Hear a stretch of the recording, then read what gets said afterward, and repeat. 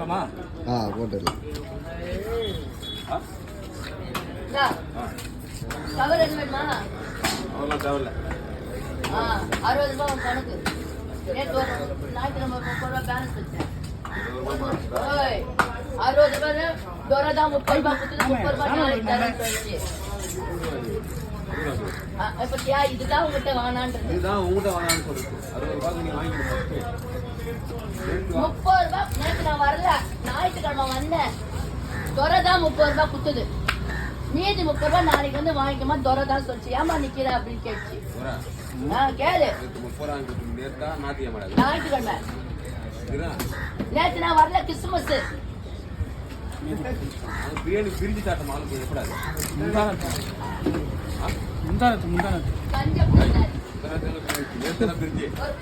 ரூபாய் ஆமாமா நேத்தா